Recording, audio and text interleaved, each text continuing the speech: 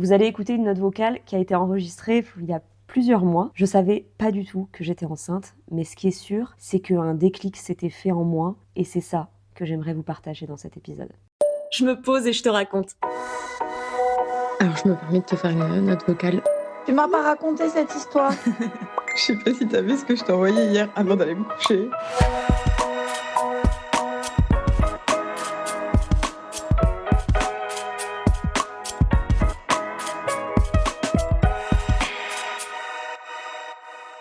Fin 2023, je vous ai posté une vidéo YouTube. Bon, déjà, j'ai eu beaucoup de mal à la poster. J'appréhendais un petit peu vos retours. J'appréhendais aussi les retours de mes amis, de mes proches, parce que pour beaucoup, j'en avais jamais vraiment parlé. Et la vidéo, c'était « Est-ce que je veux des enfants ?» Et vraiment, dans cette vidéo, j'étais perdue, j'étais apeurée et surtout j'étais, mélangée entre plein de sentiments de voir le temps qui passe, ne pas vouloir me réveiller un jour et de regretter, d'avoir l'impression que oui, je pourrais avoir envie d'enfant, mais est-ce que c'est pas plutôt la société qui veut ça? D'aimer vraiment très fort mon quotidien, ma liberté, mon égocentrisme, mais dans le sens où je ne suis que mon centre du monde. Voilà, je pense pas être quelqu'un d'autocentré, mais en tout cas, quand on est seul, quand on n'est ni marié, quand je suis en couple, mais j'ai pas d'enfant, je suis pas mariée, je veux dire, je suis mon centre du monde et c'est chouette de pouvoir être très spontané, de pouvoir ne compter un peu que sur soi et surtout d'avoir des comptes à rendre uniquement à soi. Bref, dans cette vidéo, je vous parlais carrément de faire congeler mes ovocytes, chose d'ailleurs que j'ai commencé à entreprendre quelques mois plus tard, je vais vous en parler. Mais voilà, dans cette vidéo, je savais pas du tout où j'en étais et je ne voyais pas du tout comment me sortir de cette question parce que, encore une fois, j'aimais mon quotidien, j'avais peur de le faire pour la société, j'avais peur de ne pas le faire et de regretter plus tard, c'était compliqué. Et c'était compliqué dans mon couple. Je vais pas m'étaler là-dessus parce que c'est notre vie privée et surtout sa vie privée, mais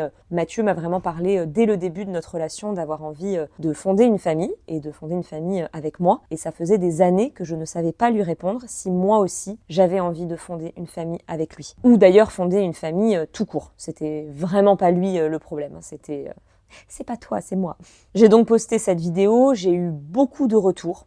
Que ce soit des gens exactement dans la même situation que moi, ça c'était la majorité, mais aussi des femmes, c'est assez terrible à dire, mais qui ont regretté, elles, d'avoir fait des enfants justement pour leur couple, pour faire plaisir à leur famille, pour rentrer dans les cases de la société. C'était pas facile à lire, mais c'était leur histoire. À l'inverse, il y a aussi des femmes qui ont regretté de ne pas en faire ou qui ne pouvaient pas en avoir. Enfin, vraiment, j'ai eu tout type de témoignages et comme d'habitude, je vous remercie de vous livrer comme ça à moi parce que c'est vraiment fort. C'était déjà fort pour moi d'enregistrer cette vidéo, de vous la poster et de vous lire, c'était plus fort que tout. Ça m'a pas avancé dans ma réflexion, mais c'était absolument pas le but, vous étiez pas là pour décider à ma place, mais c'était vraiment important, je pense, pour vous et pour moi de savoir qu'on n'était pas seul, que ce soit dans une décision ou dans une autre, mais en tout cas dans ce tourbillon qu'est être une femme avec tout son lot de questions. Quelques mois plus tard, j'étais toujours pas avancée, donc j'ai pris rendez-vous chez mon gynéco pour commencer une démarche de faire congeler mes ovocytes pour gagner un petit peu plus de temps. J'avais rendez-vous quelques mois après, tout ça c'est un petit peu long. J'ai eu rendez-vous quelques semaines, quelques mois après. Sauf que, quelques jours après mon rendez-vous avec le gynéco, j'ai trouvé une maison. Je vais pas vous refaire toute l'histoire, vous la connaissez par cœur. J'ai cherché très longtemps et quand je l'ai trouvée, ça a été extrêmement difficile pour moi de me lancer. Et aujourd'hui, je peux même en parler un petit peu plus profondément avec vous, mais je sais que si j'ai eu si peur, si ça m'a explosé au visage, si j'ai eu cette crise d'angoisse, crise existentielle, c'est parce que je savais ce qui était en train de se passer. Souvent, on dit qu'on trouve notre maison de rêve. Moi, c'est ma maison qui m'a trouvée. Et pas parce que j'étais prête. C'est la maison qui m'a débloquée et qui m'a amenée vers ce que je désirais réellement. Et pendant ce temps, j'étais en même temps en train de travailler sur mes blocages émotionnels. J'étais en train de travailler sur ma peur de l'engagement, sur ma peur du changement, parce que j'ai réalisé très vite que cette maison, elle me tétanisait parce que même si j'achetais toute seule, j'avais très envie que Mathieu vienne vivre avec nous.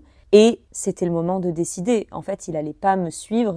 C'est comme ça, il a le droit. Il m'a pas du tout mis la pression, mais je le savais. Il me suivrait dans cette maison si c'était pour continuer notre vie ensemble et la remplir d'enfants. En tout cas, Alors, j'ai pas du tout fait cette crise existentielle parce que j'étais sous la pression, qui m'a mis un ultimatum, etc. Je me suis fait mon petit monde toute seule parce qu'en fait, je crois que ça y est, j'y étais. J'étais face à la vie qui me faisait si peur, mais en même temps, dont je rêvais tellement. Sauf que passer le cap, sauter de la falaise, c'était terrorisant, mais vraiment terrorisant. Sauf que, et c'est pour ça, je pense que j'ai pas lâché et que j'ai voulu avancer, c'est que je voyais bien que j'en avais envie, ce qu'il y avait de l'autre côté. Une maison, mon chez-moi, mon amoureux dedans, la possibilité de fonder une famille et de vivre de longues et belles années ensemble. Mais waouh, c'est de l'engagement, c'est du changement, c'est de la nouveauté, c'est tout ce qui me fait peur, tout ce qui me terrorise. Donc c'est pour ça que ça a été si dur, cette maison. Et j'ai des copines qui m'ont dit « Attends Margot, t'es peut-être pas obligée de signer pour tout le package. » Parce qu'en fait c'est ça qui me faisait peur. À partir du moment où l'offre a été acceptée, je me suis dit en fait j'ai signé pour tout le package. Ça y est,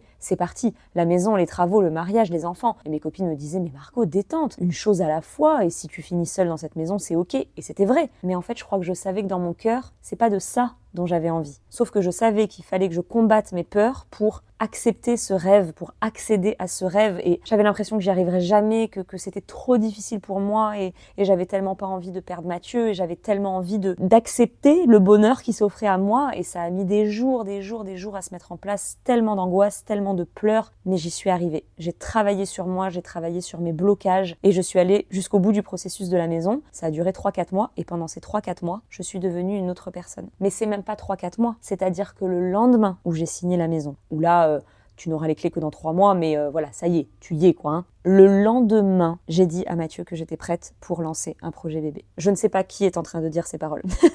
Ça m'a débloquée. Et en fait, le projet bébé, l'envie d'être maman, l'instinct maternel, l'envie d'avoir un enfant n'est pas venu à moi. Il était en moi. Et d'ailleurs, certaines personnes, ça m'a beaucoup énervée sur le moment, mais m'avaient envoyé des messages sous la vidéo ou en privé en me disant « Mais Margot, ça se sent dans la vidéo que tu as peur, mais que tu as envie d'être mère, que tu sois prête ou pas. De toute façon, ça, on ne l'est jamais. » Ça, vous me l'avez beaucoup répété et j'y crois fort, mais c'est vrai que j'avais reçu quelques messages qui me disaient « Mais Margot, ça se voit, tu feras des enfants, tu le feras quand tu seras prête, etc. » Et j'étais en mode « Mais pour qui elles se prennent? Elles ne me connaissent pas, elles en savent rien. » Mais vous aviez 100% raison. Je dis absolument pas que toutes les femmes qui là, aujourd'hui, m'écoutent et sont dans ma situation, hésitent parce que la société, parce que vous aimez votre vie aujourd'hui, votre quotidien, se mentent à elles-mêmes et en fait ont peur. Pas du tout. Je pense qu'on est toutes uniques et toutes différentes sur nos ressentis et surtout sur notre décision finale qui n'appartient qu'à vous. Mais moi, j'ai réalisé qu'en fait, je me suis autorisée à me dire que j'avais envie d'être maman. Je me suis autorisée à acheter une maison, je me suis autorisée à être heureuse, je me suis autorisée à voir l'avenir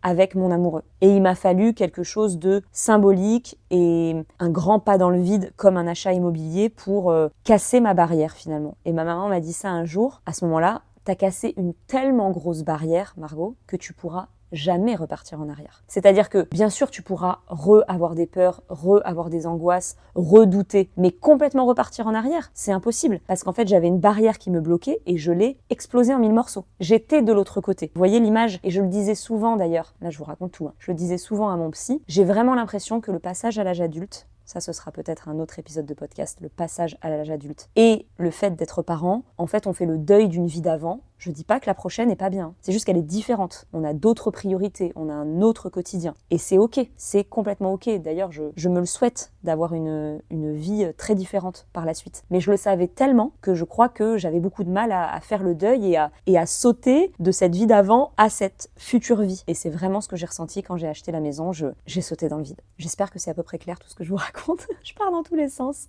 En tout cas, je signe la maison. Le lendemain, je me dis, voilà, et pourquoi pas, allez, essayons, remplissons cette maison d'enfants. Et c'est comme ça que j'ai décidé de prendre mon micro là aujourd'hui et de vous enregistrer cette note vocale. Je me suis dit, mais à quel moment je suis devenue cette personne dont j'ai déjà entendu parler, que j'ai déjà rencontré, qui calcule son cycle, plus ou moins, pour essayer de connaître sa fenêtre fertile, qui attend ses règles. Pour le coup, j'attends et j'espère qu'elles ne débarquent pas, mais voilà, là, tel que je vous parle, franchement, j'y crois pas trop, je me sens pas vraiment dans un début de grossesse, mais voilà, mes règles sont censées arriver dans quelques jours et on verra, et je sais que, voilà, j'y pense pas mal, j'essaye de me lâcher la grappe, de me détendre, que ce projet soit cool. Je lis des choses assez belles, c'est-à-dire que chaque mois où je ne tombe pas enceinte, j'essaye de voir ça comme, c'est sur le blog de émancipées que j'ai lu ça ou leur compte Instagram. Chaque mois où je ne tombe pas enceinte, en fait, c'est la vie qui me donne des semaines, des jours et des mois en plus pour me préparer à la future maman que je vais être et je trouve ça très très beau. Donc je ne vois pas chaque mois et chaque nouvelle menstruation comme un échec, mais juste un petit peu de temps en plus pour me préparer. Cependant, on se dit les choses. C'est vrai que je note la date de mes règles, je calcule un peu ma fenêtre fertile et j'attends chaque mois que mes règles n'arrivent pas et je note mes petits symptômes. Voilà, entre moi et moi-même, je m'observe. Voilà, je m'observe. Et tout à l'heure, je me disais, parce que je sais que c'est dans quelques jours, j'attends mes règles, je me disais, mais à quel moment je suis devenue cette personne? Et en fait, ça me fait pas peur, pas du tout d'ailleurs. Ça me fait juste sourire en me disant, ça y est, je suis devenue cette personne. Ouh, pas de pleurs, hein. Ah non, non, non. Je suis devenue cette personne qui veut un enfant. Et je vous l'avais dit d'ailleurs dans la vidéo, je ne ferai pas d'enfant pour ne pas regretter. Je ne ferai pas d'enfant pour sauver mon couple. Je ne ferai pas d'enfant pour faire plaisir à ma famille. Je ferai un enfant quand ça deviendra une obsession. Alors un jour, plusieurs fois d'ailleurs, des gens m'avaient reprise en me disant Margot, par contre, faut pas non plus que ça devienne obsessionnel, c'est comme ça qu'on tombe pas enceinte, puis c'est pas très très sain. On est d'accord, c'est pas le mot. Mais dans ma bouche, ça voulait dire un jour, ça deviendra mon projet. Mon projet. Et aujourd'hui, même si voilà, on est en octobre là quand je vous parle, on est début octobre, donc j'ai la maison depuis quelques semaines. Mon projet est quand même surtout cette maison et les travaux, mais à côté, en parallèle, en sous-marin, sans que beaucoup de monde soit au courant, Mathieu et moi, on essaye d'avoir un enfant et c'est une très belle période et on n'a jamais été aussi amoureux et soudés et c'est superbe et voilà, ça prendra le temps que ça prendra. Et je crois que lorsque j'ai enregistré cette vidéo, je savais au fond de moi que je voulais des enfants, mais j'en étais incapable. J'avais trop peur, j'étais incapable de chambouler ma vie, j'étais incapable de prendre une décision aussi impactante, aussi engageante, aussi liante avec Mathieu. Et je ne rêvais qu'une seule chose, je le formulais pas, mais en fait j'attendais qu'une seule chose, c'était que mes peurs disparaissent comme par magie et que je me réveille un matin. Voilà, en fait je rêvais vraiment de me réveiller un matin en me disant je suis prête, j'ai envie d'avoir des enfants. Et en fait, pour ma part, ça n'aurait pas pu marcher comme ça. Je pense vraiment pas. Ah si, peut-être dans 40 ans. Mais les peurs étaient trop ancrées et trop importantes. Donc en fait, heureusement que j'ai travaillé avec une énergéticienne, mon psychologue, que j'ai pris des compléments alimentaires pour déstresser, que j'ai lu des choses, que j'ai écouté des podcasts sur la maternité, etc. Heureusement que j'ai travaillé sur tous ces blocages parce que pour moi, c'était pas magique. Ça aurait pas pu être magique, il fallait que je travaille sur moi. Et c'est rigolo parce que l'énergéticienne de base et d'ailleurs mon psychologue et le fait de prendre du magnésium pour déstresser, etc. Tout ça, je l'ai fait pour me débarrasser de mon SPM. Et en fait, en me débarrassant de mon syndrome prémenstruel et donc de mon déséquilibre hormonal, j'ai l'impression de m'être alignée. Je me suis libérée de mes peurs, je me suis équilibrée hormonalement, émotionnellement, parce que j'ai travaillé